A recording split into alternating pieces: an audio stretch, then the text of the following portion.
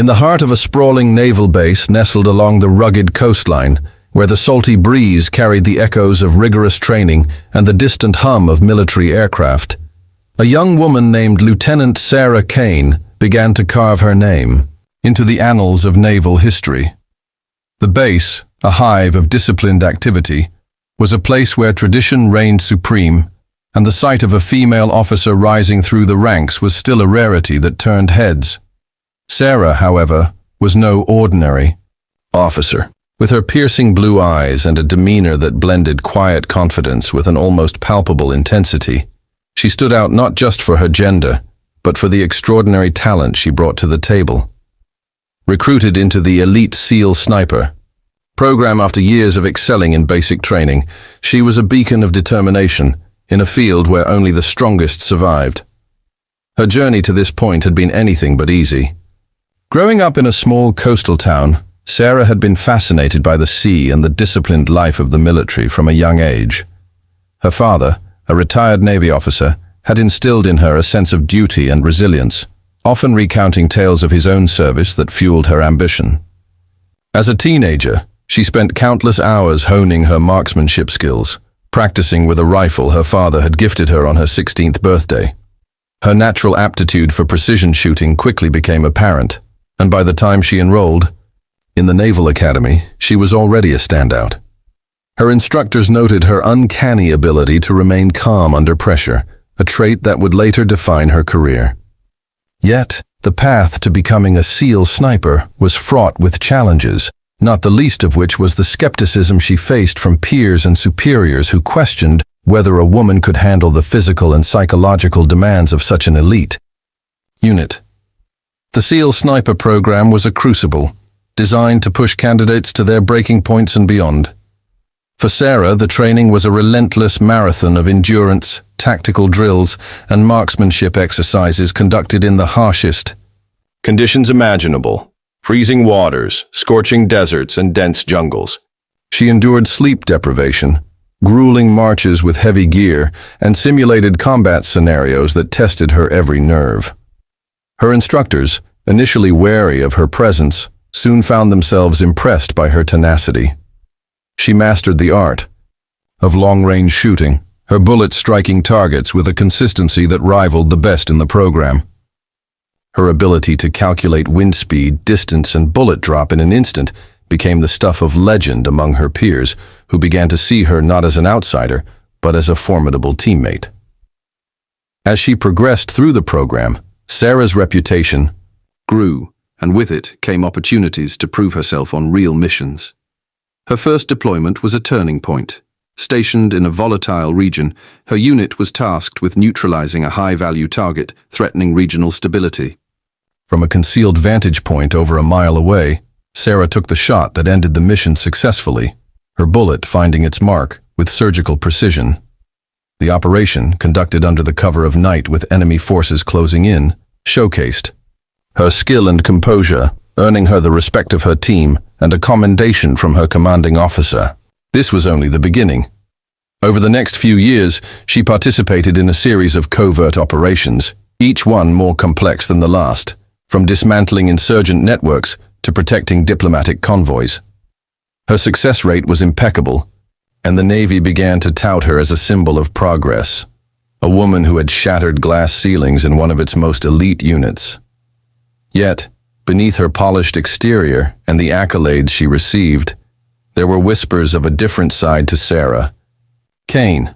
Her methods, while effective, were often unorthodox. She was known to take risks that others avoided, venturing into enemy territory alone to gather intelligence or adjusting her sniper positions in ways that defied standard protocol.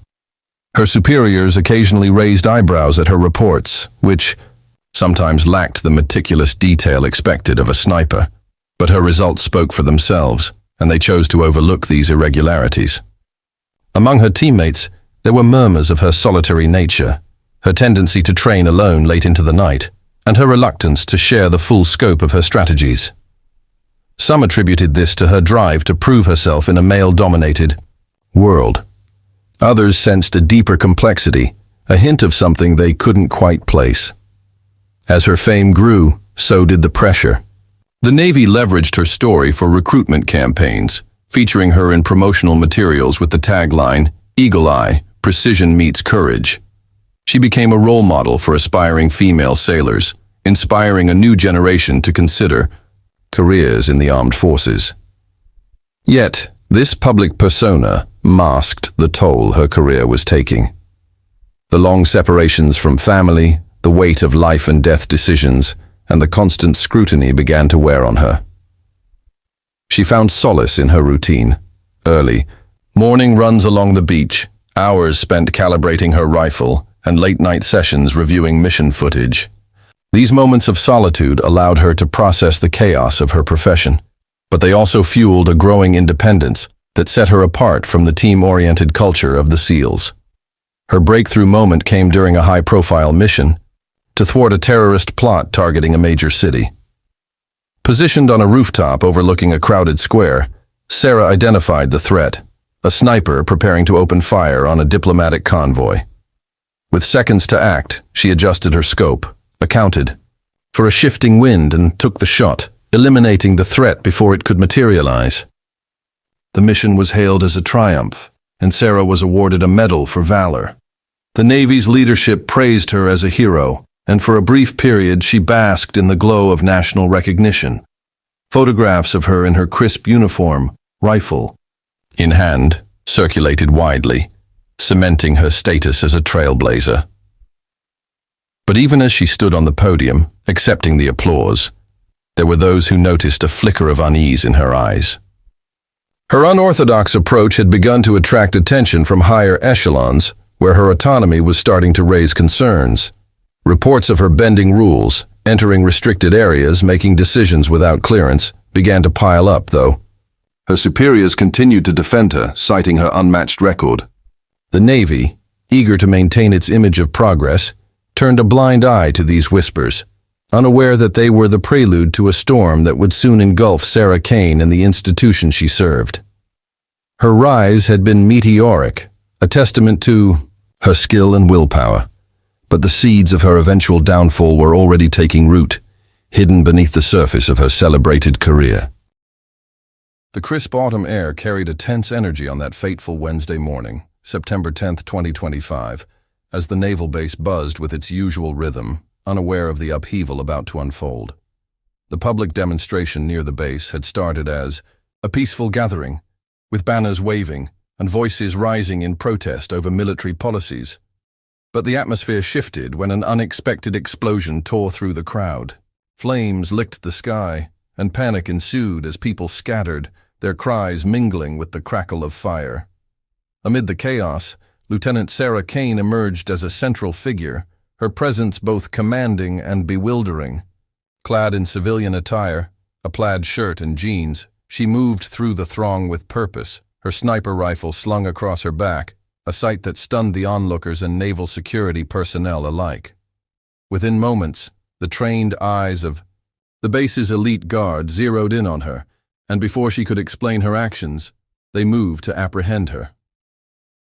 The arrest unfolded like a scene from a high-stakes drama. Two officers flanked Sarah, their black uniforms a stark contrast to her casual appearance, as they gripped her arms and escorted her through the chaotic crowd. Cameras flashed, capturing every moment as onlookers pressed forward, some shouting questions, others recording the spectacle on their phones. The red arrow in the viral image that later circulated online pointed accusingly at her, a symbol of the disbelief that rippled through the onlookers. Behind her, the explosion's aftermath smoldered, a vivid reminder of the stakes involved. Her expression remained stoic, her jaw tight, but her eyes betrayed a flicker of defiance, or perhaps resignation, as she was led toward a waiting vehicle. The news spread like wildfire. A celebrated SEAL sniper, a woman who had been hailed as a hero, was now in custody, accused of acting without authorization in a public crisis. The Navy was thrown into disarray. Sarah's arrest sent shockwaves through the ranks, shattering the polished image the institution had cultivated around her. Initial reports suggested she had taken it upon herself to neutralize a perceived threat during the demonstration, firing. shots that some witnesses claimed were aimed at individuals in the crowd. The explosion, later determined to be the work of an external agitator, had provided the cover for her actions, but the lack of official orders raised immediate red flags. Naval Command launched a swift investigation, locking down the base and restricting access to details as they pieced together the sequence of events. The public, however, was less patient. Social media erupted with speculation, with hashtags like "Arrested SEAL Sniper" trending globally by midday. Some defended her, arguing she had acted to protect lives. Others condemned her, calling her a rogue agent who had betrayed her oath. As the investigation deepened, a troubling picture began to emerge. Interrogations with her teammates revealed a pattern of behavior that had long been overlooked. Sarah had a history of operating on the fringes of protocol, often venturing into enemy territory alone during missions to gather intelligence or adjusting her sniper positions without consulting her unit. Her reports, once praised for their brevity, now seemed suspiciously vague, hinting at operations she had conducted independently. Evidence surfaced of encrypted communications with unknown contacts, suggesting she might have been involved in covert actions beyond her assigned duties. The Navy, which had once celebrated her as a trailblazer, now faced the uncomfortable reality that their poster child might have been operating a double life. The medal she had received for valor was quietly removed from display, and her name was scrubbed from recruitment materials as the scandal grew. The fallout was immediate and far-reaching. Senior officers who had championed her rise were called to account, their decisions scrutinized for signs of negligence. The media frenzy intensified with headlines like "The Fall of Eagle Eye" dominating news cycles.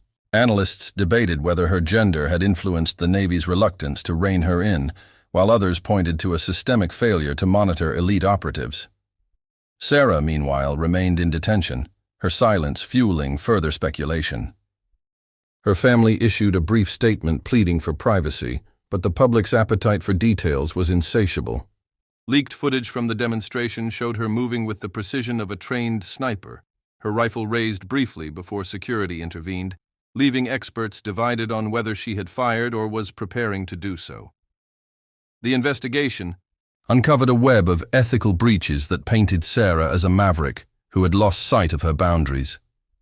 Records indicated she had accessed restricted databases, possibly to track targets outside her mission scope, and had modified her equipment in ways that violated regulations. Her late-night training sessions, once seen as dedication, now appeared to be a cover for planning unauthorized operations. The Navy's Internal Review Board convened in secret, weighing the evidence against her exemplary service record. Some argued for leniency, citing her past heroics and the pressure she had faced as a woman in a male-dominated field. Others demanded her dishonorable discharge, insisting that her actions had endangered national security and undermined the SEAL's credibility.